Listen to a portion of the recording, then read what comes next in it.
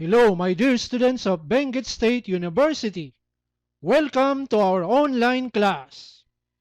I am your teacher, Jan Lasea. Ladies and gentlemen, a blessed day to everyone. This is my ninth lecture in our subject, IT 122, Human-Computer Interaction 2. In my previous lecture, you learned about design such as conceptual design and concrete design, and prototyping such as storyboarding and sketching. Today we are going to learn construction. As prototyping and building alternatives progresses, development will focus more on putting together components and developing the final product. This may take the form of a physical product such as a set of alarms, sensors, and lights, or a piece of software, or both. Whatever the final form, it is very unlikely that you will develop anything from scratch, as there are many useful, in some cases, essential resources to support development. Here we introduce two kinds of resource: physical computing kits and software development kits. Physical computing. Physical computing is concerned with how to build and code prototypes and devices using electronics. Specifically, it is the activity of creating physical artifacts and giving them behaviors through a combination of building with physical materials, computer programming, and circuit building. Example of physical materials like microcontroller, jumper wires, LEDs, and breadboard, where you build the circuit. You can program or code the microcontroller to control electronic components such as LEDs, relay, sensors, etc. You write the codes using an IDE or integrated development environment.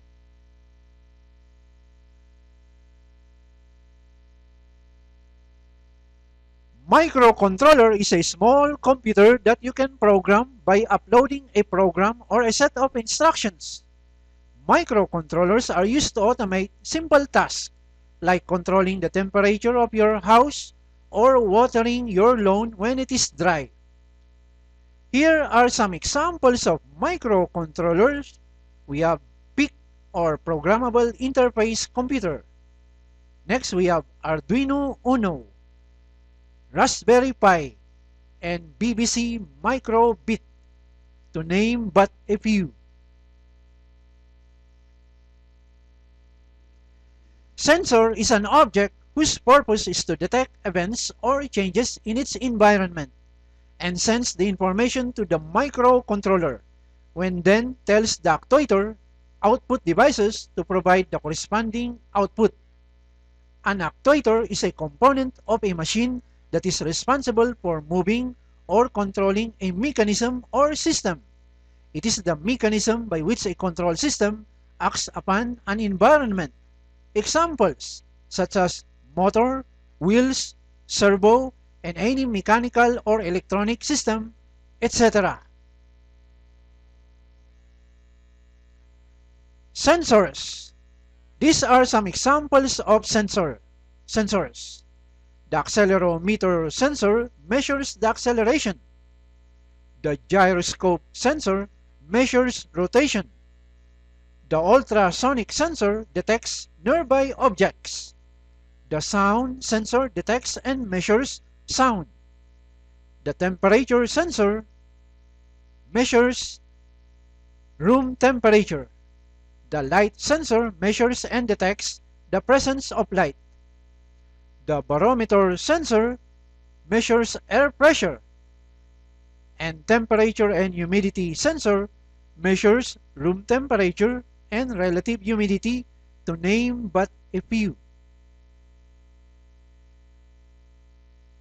These are some examples of actuators that are responsible for moving or controlling a mechanism or system, like DC motor, servo motor, NEMA 17 servo motor, gearbox with wheel, and robotic arm, to name but a few. These are some physical computing products which are made up of microcontrollers, sensors, actuators, and codes like vacuum cleaner, Android, spider robot, robotic arm, and robotic dog, to name but a few. Typically, it involves designing things using printed circuit board or PCB, sensors like accelerometers, infrared temperature to detect states, and actuators such as motors, bulbs that cause some effect. An example is a friend or a foe cut detector that senses via an accelerometer any cat or anything else for that matter that tries to push through a family's cat flap. The movement triggers an actuator to take a photo of what came through the cat flap using webcam positioned on the back door. The photo is uploaded to a website that alerts the owner if there are cats or other objects that do not match their own cat's image.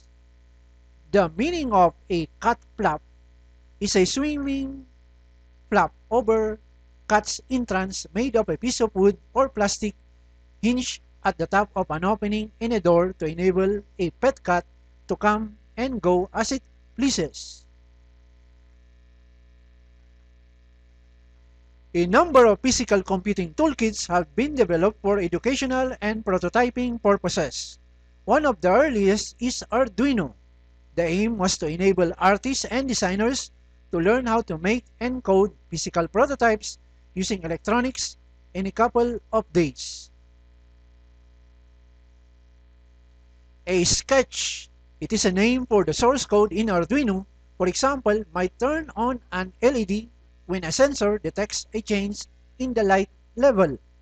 The Arduino board is a small circuit that contains a tiny chip, the microcontroller. It has a number of protruding legs that provide input and output pins, which the sensors and actuators are connected to.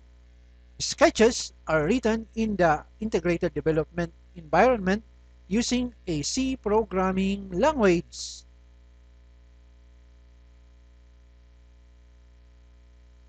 Software development kits. A software development kit or SDK is a package of programming tools and components that supports the development of applications for a specific platform, for example, iOS on iPad, iPhone, and iPad Touch for the Connect device and for the Windows Phone.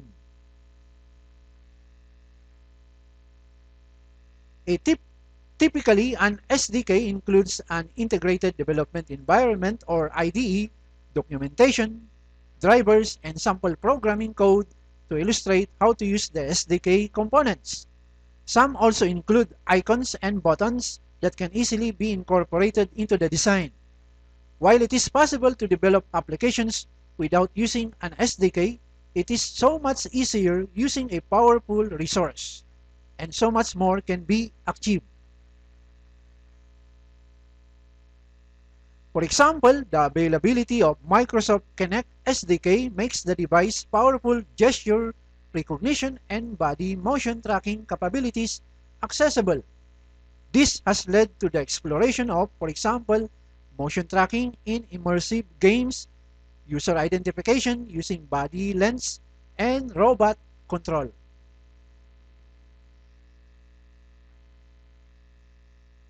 APIs and SDK.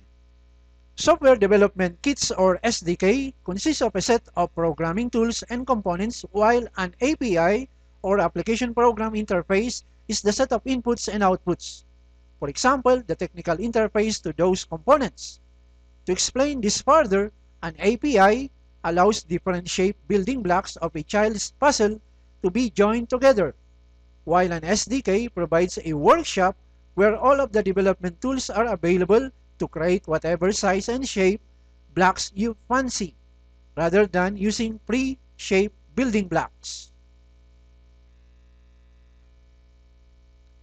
An API therefore allows the use of pre-existing building blocks, while an SDK removes this restriction and allows new blocks to be created or even to build something without blocks at all. An SDK for any platform will include all the relevant APIs, but it adds programming tools, documentation, and other development support as well. These are some examples of SDKs and APIs that you can construct software or website. For Windows software development, we have the Core framework, the .NET framework, Win32 and Win64 SDKs, Java SDKs, and Python GUI. For developing mobile apps that it will run on Android smartphone, we have the Android SDK. For developing mobile apps that it will run on iOS, iPhone, iPad, we have Cocoa SDK.